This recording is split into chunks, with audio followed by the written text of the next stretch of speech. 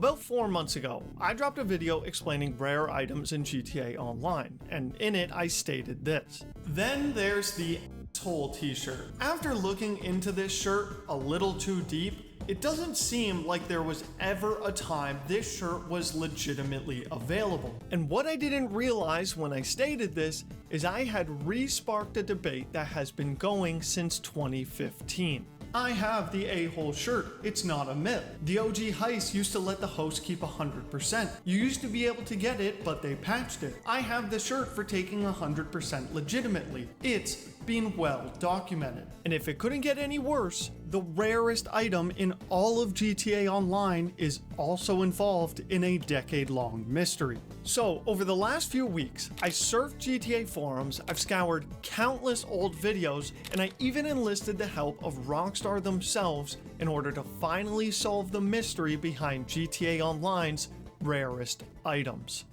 Okay, let's start with the a-hole t-shirt, because this shirt by far had you guys the most vexed. On March 10th of 2015, Rockstar had finally released the heist update. In this update, a shirt was also added to the game that was aptly named the asshole t-shirt, which was supposedly awarded for taking 100% of the cut from any of the OG heists. Now, the shirt is definitely real, no one is denying that. However, where the debate comes into play is about the validity of actually acquiring it. Because from all the research I had done for that video, the conclusion I came to is that you were never able to take 100% of the cut, and that it's always been capped at 70%. But this one statement caused a huge outrage in my comments of people telling me that I am wrong, and that it's, quote, being well documented. So since my word wasn't enough in my last video, let me show you the facts. The claim from people in my comments that I saw the most was that taking 100% was a feature when the heist first came out, but was taken out after a month or so because Rockstar didn't want people being greedy.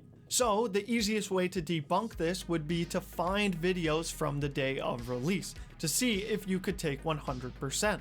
So I found a video of someone doing the Fleeka job on the day of its release, and as you can see, they get capped at 70%. And because I knew someone would say that this was a one-off for the first heist, I also found a video of someone doing Prison Break, and it is also capped at 70%.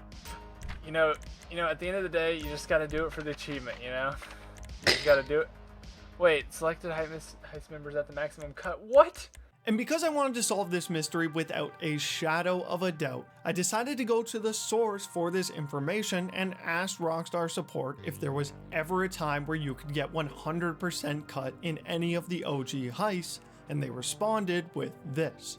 In response to your question about the t-shirt in GTA Online, the eligibility to obtain this item has been linked to taking 100% of the heist cut. However, this was never possible as part of the original heist. In all fairness to the people in my comments, the asshole medal was leaked before the heist had come out, but by the time the update was released, the asshole medal was nowhere to be found and was never live within the game. And now I'm seeing that this is basically just a Mandela effect of a bunch of people thinking they have done it legitimately, when in reality it was just a modder gifting it to their account without them knowing. Now, with all this said, it turns out that there was one method you could do to get this shirt without modding, and it is definitely not a method that you'd expect. Because many players had attempted to unlock this medal despite it not being in the game, they decided to message Rockstar support in frustration of not being able to get their item, and in some cases,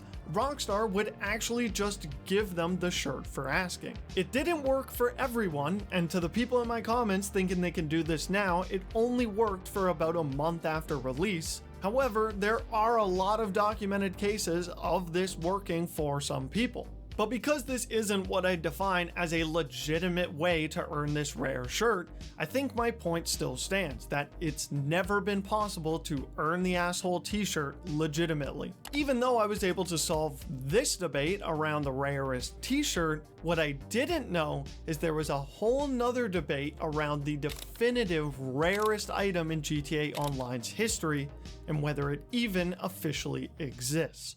Rockstar held 3 special contests in GTA Online back in 2014, the Capture, Business, and High Life Snapmatic competitions. The contest involved players taking some creative or sick-looking screenshots from each update using the Snapmatic and posting them online with their respective hashtag.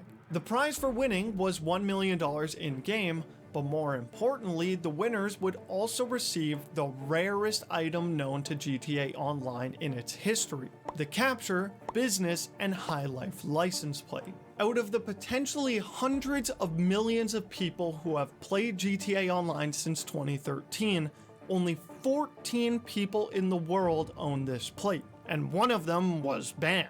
However, this item may not be exactly what you may be thinking, and here's why. The debate around this item involves the design of the plate itself. If you played GTA Online for a while, you may have noticed that this plate can't be found anywhere in the game. People were quick to point out that when the license plate designs were leaked on the iFruit app in 2021, the capture plate was nowhere to be found. So the whole debate stems around the fact that if this design was actually awarded to these players, then it should be found within the game files, and modders haven't been able to find any trace of it. This caused a huge mystery around what these people actually won from the contest, and there's 2 options. One is that Rockstar gave these players a yellow, white, and blue reskinned version of an existing plate special to only their accounts. Or 2, the reward was simply the Capture, Business, and High Life text featured on the plate.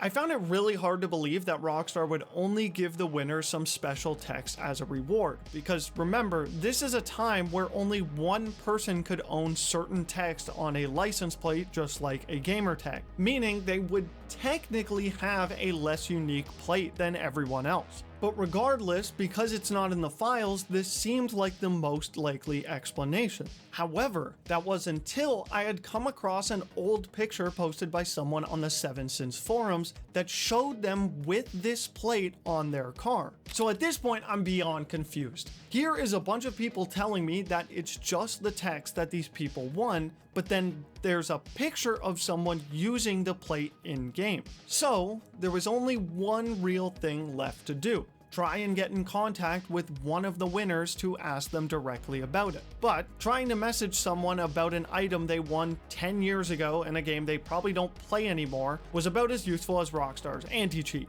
So, as I'm slowly running out of options to solve this mystery, my last resort was to ask the people over at Rockstar. I sent a support ticket asking if the plate existed or not, and eventually they came back to me with the most ChatGPT response ever. I couldn't believe it. So I asked them again with my question clearly laid out, and finally they came back with a banger of an explanation and confirmed that the winners were awarded just the text on the plate.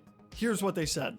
It's highly likely that only the High Life text was awarded with no unique design introduced. However, if Rockstar added a gradient plate as an Easter egg or limited asset, it has not been widely documented or confirmed. So to the people in my comments who called me out about the plate, I humbly can say that you guys were right. There was no special license plate design given out to the winners of this contest. But it still does stand that these are the rarest items in GTA Online, especially the capture plate, since only 4 were given out instead of 5 for the other 2 contests. It doesn't mean much anymore because now you can make your license plate whatever you want, but still, that is the mystery solved behind the 2 rarest items in GTA Online's history.